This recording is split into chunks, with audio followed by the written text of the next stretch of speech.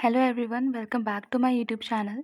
तो आज की वीडियो में मैं आप सभी को बताने वाली हूँ कि मेरी क्या मिस्टेक्स रही थी एसबीआई क्लर्क मेंस के टाइम पे, जिसको आप अवॉइड कर सकते हो एंड जिससे आप सिलेक्शन ले सकते हो। तो if you don't know about me, मेरा सिलेक्शन एसबीआई क्लर्क मेंस में रुका था 2 मार्क्स की वजह से। मेरा जो स्कोर था वो था 82.5 एंड जो जनरल की कट ऑफ थी वो 84.5 थी। तो यहाँ पर मेरा 2 मार्क्स से रुक गया था।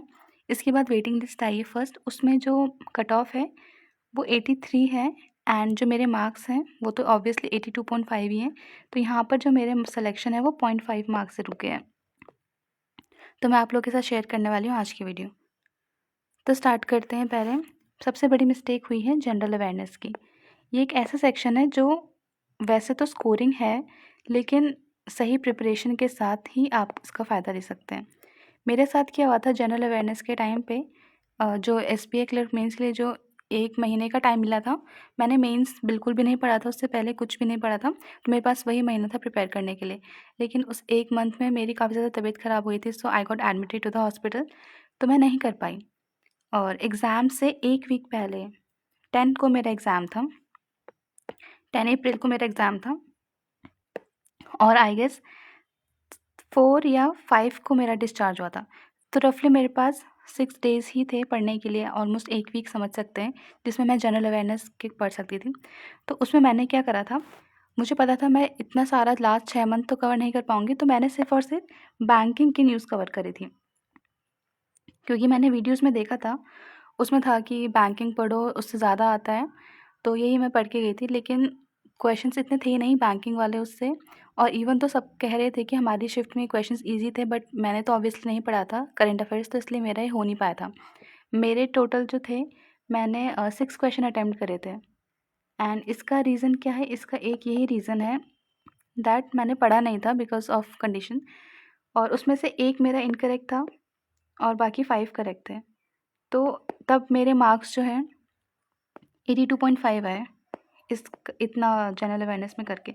तो जस्ट ये है कि अगर मैं यहाँ पे 2 मार्क्स का और कोई क्वेश्चन कर देती, 2 और कोई क्वेश्चन कर देती, तो मेरा पहली बार में ही सिलेक्शन हो जाता और अभी तक मुझे इतना डिलेमा में नहीं रहना पड़ता कि होगा या नहीं होगा। तो इसके लिए आप लोग को क्या करना है, अपना जनरल अवेयरनेस बहुत अच्छे से तैयारी करके जाना है। एंड ये नहीं है कि आप 10 सोर्स पकड़ लो, कि एक आप अफेयर्स क्लाउड कर रहे हो, फिर स्मार्ट कीड़ा कर रहे हो, फिर आप यूट्यूब में वीडियोज़ भी देख रहे हो, या फिर और कोई कोर्स परचेज़ करा है। बेस्ट क्या है, एक सोर्स लो। अगर आपको एक सोर्स में थोड़ा लगता है कि शायद मुझसे कुछ चीज़ें छूट रही हैं, तो मत करो, आप लो 2 ले लो। आप क्या कर सकते हो, एक वीडियो सोर्स ले लो, कहीं भी यूट्यूब से या जो भी आपने परचेज़ करा है कुछ भी, और एक पीडीएफ सोर्स ले सकते हो। मैं तो जनरली वीडियो सोर्स अवॉइड ही करती हूँ, मतलब अभी के लिए, क्योंकि मुझे लगता है उसमें थोड़ा बहुत टाइम वेस्ट होता है।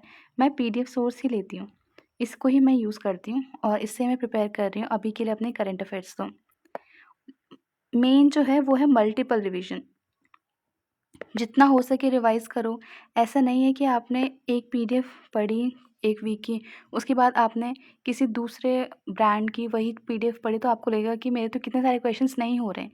तो ऐसा नहीं है जी, ये बहुत वास्ट है एंड वो कभी भी एक पार्ट से तो आपको पता है कवर नहीं हो पाएगा। तो इंस्टेड कि आप 10 सोर्स पकड़ो, आप 1 लो और उसको मल्टीपल रिवीजन करते हो जितना हो सके, वो आपके लिए बहुत बेनिफिशियल रहेगा। मेरे साथ मेंस में क्या हुआ था कि मुझे जो क्वेश्चंस मैं कर रही थी, वो मुझे ऐसा लग रहा था कि मैंने पढ़े हुए हैं। जैसे एक आउटले वाला क्वेश्चन भी था, वाटरशेड वाला, तो मुझे लग रहा था कि मैं कन्फ्यूज़ हो रही थी ऑप्शंस में, क्योंकि रिवीजन नहीं कर पाई थी उतने कम टाइम फ्रेम में।